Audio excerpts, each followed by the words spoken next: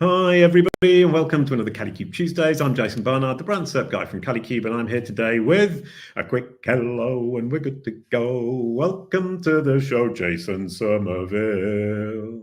Thanks for having me, man. I won't sing with you though, because it'll be bad for everyone. They'll be turning off this very quickly if I start.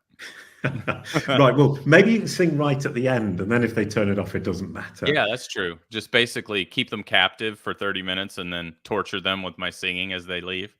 Yeah, they'll give them a good send off. Brilliant.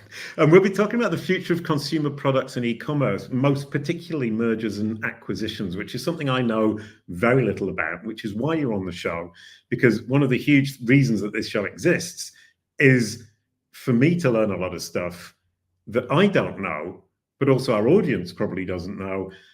And I love it when Maria gets a guest on who talks about something I haven't even got the first clue what's going to be talked about. But before we do that, mergers and acquisitions, consumer products and e-commerce area, which is all about looking impressive, being impressive. You have to walk the walk. It's not just talking the talk, is it? No, and I'd say now more than ever these days, you can't really fake your way into a business sale or a merger that's successful. You definitely can't these days. It's much too easy to figure out who the real people are and who the pretenders are. It's and it always, the process weeds those things out. So it's right. You have to be the real deal. Right. I mean, the process is a huge process of due diligence. And I mean, from my tiny corner of little internet, the brand SERP and the brand reputation, the way the brand or the CEO and founder is represented is going to be hugely important. One of the reasons you can't hide is people can research you so easily online, which we'll go into in a moment. And you'll tell me if that's right or wrong. But first, we're going to look at brand SERPs. Jason Somerville, you have a famous American professional poker player who dominates your brand SERP. So when somebody searches your name, Jason Somerville, they see the poker player. Do you see that as a problem for your personal brand or not? That's a good question. I think it's how do you define problem, right? So I think for me and my business, the fact, I mean, first of all, I don't think anyone would confuse me for that person. I think that, so from that standpoint, it's not a problem. I think, though, what is always a good thing, I think if someone's going to research you, whether it's a client or a potential acquirer of a company that we're representing, it's better to be as visible as you can. And of course, have that visibility be positive. So what's difficult for me is with that person, being kind of pretty well known, anything about me with just a search of my name moves to a second, third, or fourth page, and you have to search for it. And so I think from that standpoint, you could call it a problem, or I would define it maybe more as an opportunity. And the opportunity is to build your personal brand. Exactly, and to maybe get this poker guy out of here on the top of my page and see if I can't get up there with him. Yeah, and I mean, that's interesting because you can dominate even somebody relatively famous like that, both regionally. So you can focus on the geo region, you can focus on Google's confidence in the understanding it has about you, and you can focus on notability within your niche. But the problem at the foundation is the ambiguity of a name, and we all have that problem. So everybody in the world has this same problem, the ambiguity of the name. And for corporations, generally speaking, it's less of a problem. But with a name like GW Partners, there are multiple companies called GW Partners. This one founded in 2019, and it's not you, and yet you rank number one. Once again, is that a problem or an opportunity? Again, I would say an opportunity more than a problem, although I would argue that, and I think there's a couple of sides to this argument. I think it depends on the size of your company. Is it a founder-owned company around like kind of the notoriety of maybe an individual leader within a business or the business itself? I'd say between the two, it's hard because, we're a boutique advisory firm. So our firm brand and our personal brands are kind of tied together, right? So I think, it's important for both. So I look at it in a similar type of way as I would, just my personal brand. Right. And for me, talking to somebody like you makes me realize that this is super important for me every day, because this is what we do every day, all day at Kalicube. And sometimes the problem or the situation isn't as urgent or difficult as I imagine it to be, because I'm just looking at it from a perspective of thinking you have to dominate your name, and sometimes you actually don't. And anybody who wants to learn more about dominating your own name on Google or on the generative AI assistive engines, sign up for our newsletter. There's a QR code down there in the corner, and we will help you to learn how to educate Google and the other search and assistive engines to be able to dominate your own name for searches and conversations between these machines and human beings. Now, that's it for my little section about brand search knowledge panels. And now we're on to mergers and acquisitions for consumer products in e-commerce. I wanted to start with the vision. You talk about the vision that you have to communicate. I just thought you had to communicate a bottom line that's making money. Huh. Yeah, no, it's definitely, it actually is much more vision, and, painting a picture of the future, than it is just sort of pure numbers. I think a lot of people do believe what you believe, Jason, where when the world of mergers and acquisitions and investment banking it's purely about the numbers, and the numbers matter a lot. I mean, I'm not gonna lie about that, but when you're thinking about someone wanting to acquire a business, whether it's a smaller business or a larger business, what they're trying to figure out is, what is the future of this company? And that's obviously, that's a broad topic. When we say, that covers every aspect of not only the company itself, but the market in which it is involved in. And honestly, the broader just human race, to geography, the kind of people involved, the ultimate customers. It's kind of the whole picture. And our job as M&A sort of investment bankers is to paint that picture for the audience, which in this case is potential acquirers of a business. Right, and you're painting it for a very, very small audience. You're painting it for 4 or 5 people that you're presenting this opportunity to. Well, ultimately, it tends to be 4, 5, 6, maybe at the end. But in the beginning of a process, you're actually painting it for typically 1,000 to 2,000 potential, right? That gets narrowed down over time into, as you move along the marketing process, to where we've got kind of the final real core group of potential suitors. But you're always painting the whole way. You're painting, and usually what happens is, as the zooming in starts to occur, you're painting smaller and smaller pieces of that picture in more detail. So you start out with the big landscape. Correct. And you say, here's what we're looking at, here's the market, here's our company, here's what their vision is. And they start to look at it and try to understand how the company's vision fits into the landscape alongside the bottom line, where things are likely to evolve, and then they choose to get on the boat or not, and then you narrow in. And what form does that take? Are you just painting smaller and smaller details into the focus? We are, because what happens is, as a potential acquirer is trying to analyze the future prospects, right? It's all about, risk, rewards, opportunities, the traditional, SWOT type analysis, strengths, weaknesses, opportunities, threats. And in order to figure that out, they're zooming in on these micro parts of the business. Maybe it's the product development, maybe it's the, marketing engine, maybe it's the way that the team is structured and the organizational structure. Maybe it's the intellectual property around the company. It's zooming into all these individual parts down to as detailed a level as you can get, and then sort of trying to put that picture almost back together again with the more detailed view, as opposed to just the broader view.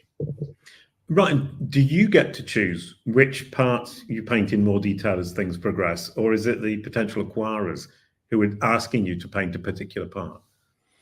The answer is kind of both. I mean, obviously, our job is to highlight the strengths of the company, right? And what an acquirer's job is to do is usually to find the weaknesses, right? And to try to zero in and figure out where are the things that I should be worried about, and how worried should I be? And so they're oftentimes wanting to zoom in on those parts and having us paint more detail around those, where we're obviously starting out highlighting, the stronger parts of a company. And that's a big part of our job. So, I mean, it's kind of cat and mouse. They know you're painting the strongest parts, and they know that you're presenting the best possible face of the company. They look for the details that are going to be less attractive. Does that then mean that you have to find or offer a vision of how that problem will be solved or how that weak spot will be improved? Yeah, absolutely. It's a lot like, I think, when an attorney takes a case right to court. Like you have to anticipate where are the places that acquirers are going to want to focus as things they might be worried about, and Mhm. before you're even starting to talk to them, understand, well, what would you say? What are the mitigating factors maybe around that potential problem? You've already done the work, so you already have the answers to those questions.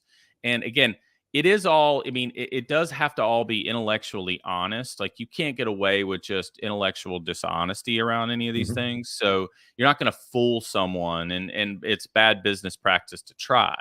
I think that what you are wanting to do, though, is say, hey, there's a perspective here, and you may or may not share that perspective, but it's actually a very well supported perspective.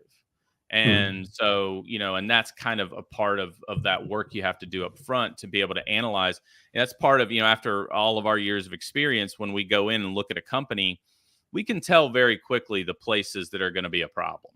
Like, okay, that's going to be highlighted as a potential risk. What do we say about that risk? What can we Mhm. do ahead of time to have the company start mitigating that risk, or resolving for that risk? That's a lot of that is kind of that lead up to, hey, well, maybe there's something about this that we can fully, correct before we even start to market the business. And I think that's where we provide a lot of value to our clients, is being able to almost, highlight it's, for your audience, if they've ever sold a home, Mhm. the buyer always has an inspector that they hire. Yeah. Well, a good seller will hire their own inspector before they even put their house on the market and say, tell me all the things that the buyer's inspector is going to highlight in there. Hey, you have a leaky roof, or, you've got a crack in your foundation, or, you've got a hole over here in your siding. What are the things that they're going to say they want fixed before the sale? It's kind of a similar concept. It's just at a much more complex sort of level. Okay. So that was a really great answer. I really like the house selling a house analogy. Hmm. My next question is CEO and founder. How important is the CEO or founder to the acquisition process, i.e., their personality and their personal brand? Well, I'm going to speak in the context of the type of companies we work with, right? So we work with lower middle market founder owned companies. So they tend to have Mm. revenues under $100 million, and they tend to be founder owned. And the short answer to that is it's incredibly important in that Right. market, right? And because I mean, a whole host of reasons. I mean, first of all, when an acquirer is going to acquire a founder owned company, they understand that founder's DNA is fully, Mm. infiltrated in that business. So understanding who this person is, what makes them really tick, how did they build their business, what was the secret to their success? That's really important to understand that individual. It's also really important for that individual to understand that their brand and the company are completely joined at the hip, right? So if there's something negative about you that's out there individually, it will absolutely hurt your company if you're trying to sell it, right? And hurt the prospects for a deal. So in this case, they're very much closely tied together. They're very important. They're not necessarily one and the same, but there's a lot of overlap there. Right. And then there must be also a question of the acquirer must be thinking, how do I detach the founder from the company if they're so joined at the hip? In order for me to carry on and grow this, I would need to detach the founder so that the association isn't so strong or goes away completely. Yeah, absolutely. So we have a lot of situations where the founders are not necessarily outward facing as it relates to, the brand itself. They're sort of behind the scenes, where the customers of that company wouldn't necessarily know who the founder was, right? They're not really sort of forward facing as it relates to, say, the branding and marketing of the products and of that business.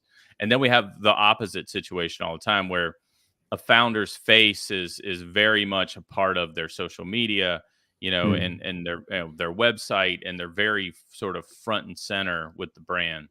So in those latter scenarios, the process of almost extracting that founder's really face, with the brand over time is a big part of the discussions, right? There's a risk there, and we're always sort of helping founders try to figure out how to properly balance using themselves while also not necessarily making it so it would be, highly difficult to remove them over time. So usually in those scenarios, it's a longer transition post sale for those types of founders, because there needs to be a plan where they slowly are removed from being the, such a forward facing part of the brand. And it can be done. It just tends to take a little longer post sale. Right. And the reason it takes time is because of the practicalities, or because of the need to retain that connection over a period of time and gradually diminish it? Yeah, it's more the second one. It's really both, but it's more the second one. I mean, because as an acquirer, you're trying to guard against any risk, right? So to the extent that there are customers out there that are in part loyal to the brand because of the founder, they like the founder, they like the founder's story, they like, you're trying to almost kind of wean them off of that while still maintaining the value proposition of the products themselves, so they don't all of a sudden feel like, oh, wait a minute, I liked generic name Jennifer, I loved Jennifer's story, that's why I bought these products.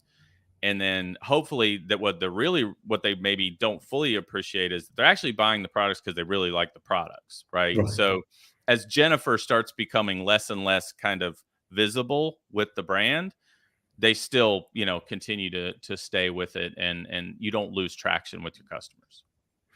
Right. Wonderful. And next question is, to what extent does an incredibly powerful corporate brand mitigate for uncertainty? Because from what I understand in mergers and acquisitions, uncertainty of the future is a huge problem.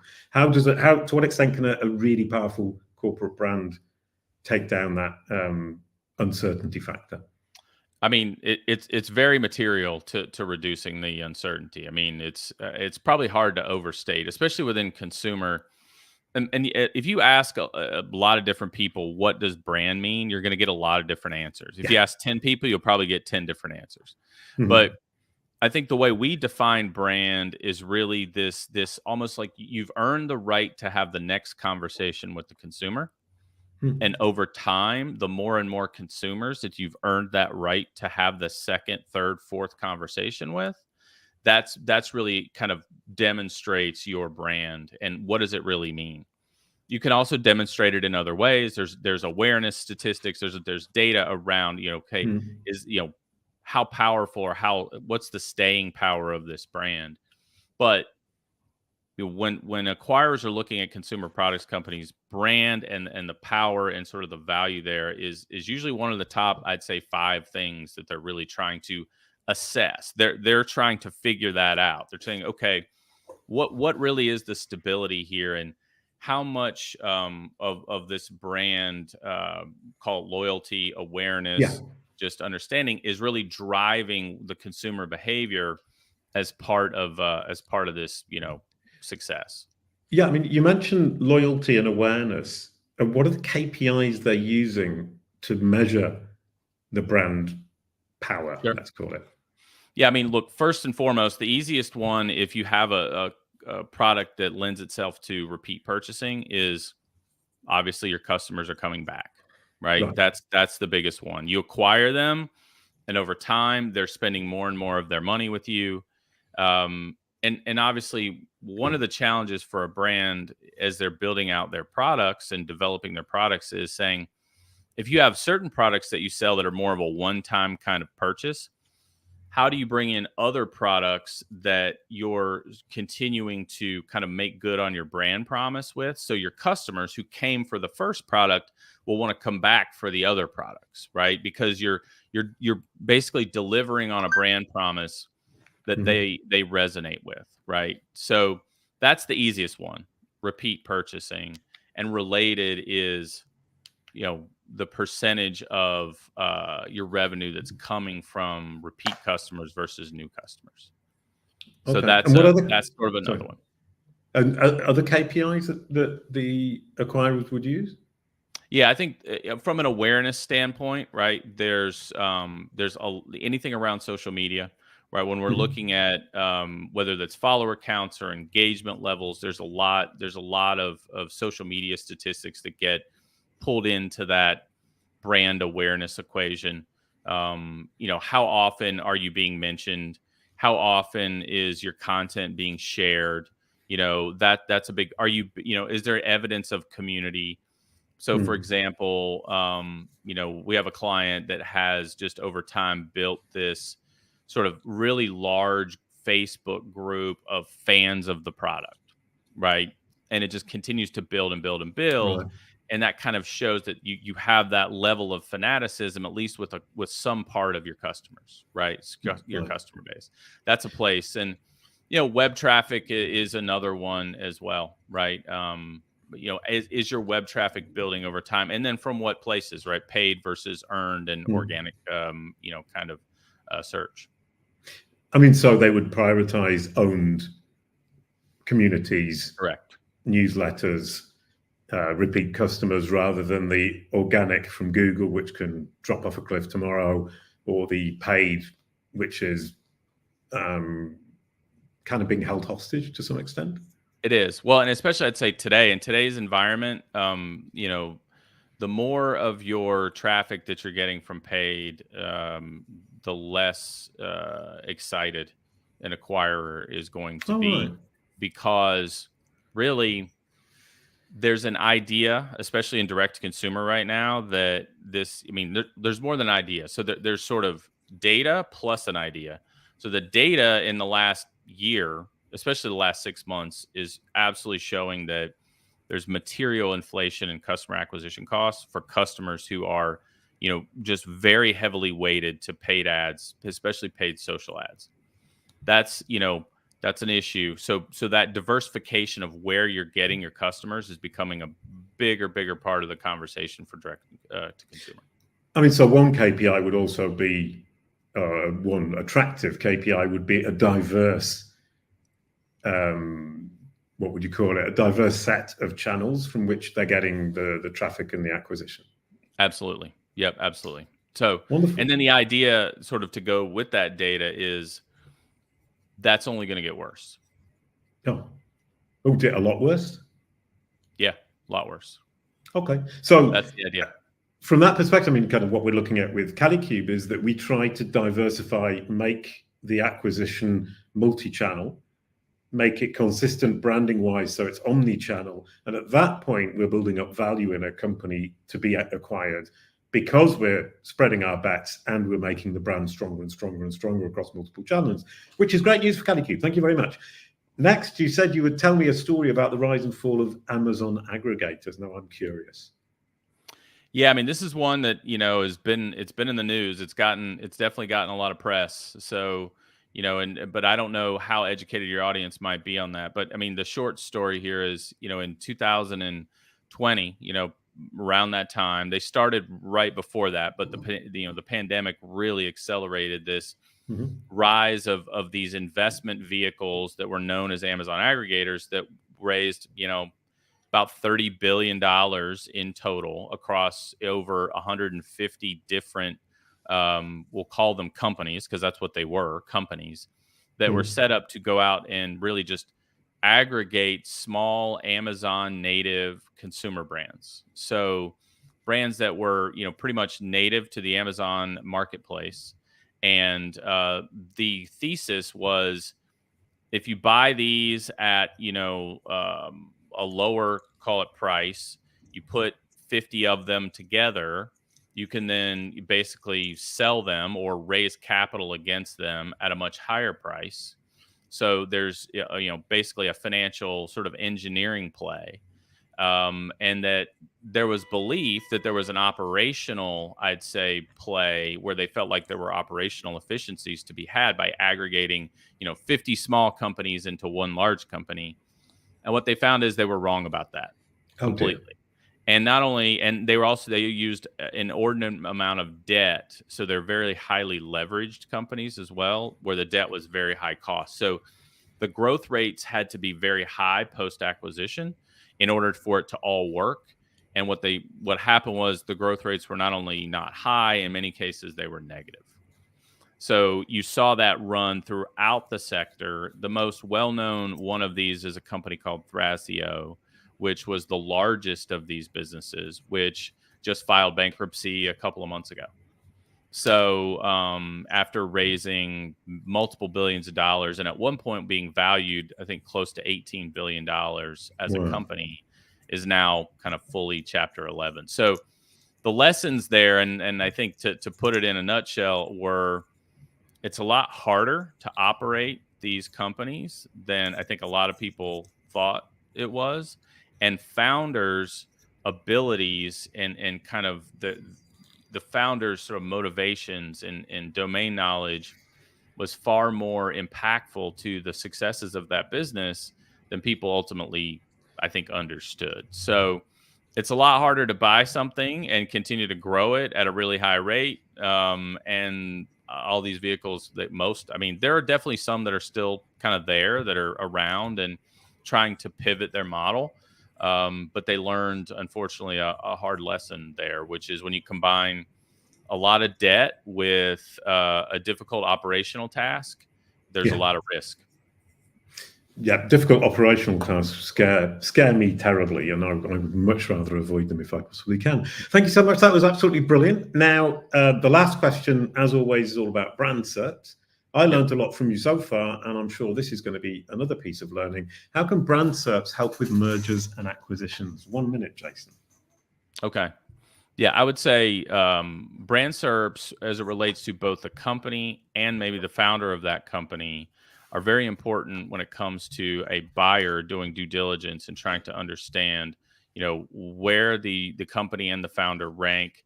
What are the highest, ranking results? What are they saying? What story are they telling about this brand and about this founder? And what you want is all of that to be very positive and very prevalent. And the less positive and less prevalent those results are, the more, I'd say, risk an acquirer would potentially assign to that acquisition, and it would negatively impact the deal. Brilliant. That's delightful. I'm very happy about that because it means we've got a lot of work to be doing at Kalicube. Thank you so much, Jason. Thank you, everyone, for watching. Next week, we're going to introduce Chase Neely, talking about, is your personal brand killing your business? And that's obviously something very close to my heart, personal brand, business. I'm really up for this conversation. Could you possibly pass the baton, Jason, to Chase? Absolutely. Yeah. And Chase, I'm going to officially pass you the baton. But before I do that, I'll just say to the audience that, I've seen interviews with Chase before, and really smart guy, a lot of really interesting things to say. So I think you should definitely tune into that. And here I'm going to sort of hold this pen. We're going to use it as the baton. I'm going to physically pass it over to you, Chase, and wish you best of luck. Thank you so much, Jason. Thank you, everyone, for watching, and we'll see you next week with Chase. Oh, a quick goodbye to end the show. Thank you, Jason. Thank you very much. That was a lot better than you led me to believe. Kalicube. It's all about your brand SERP.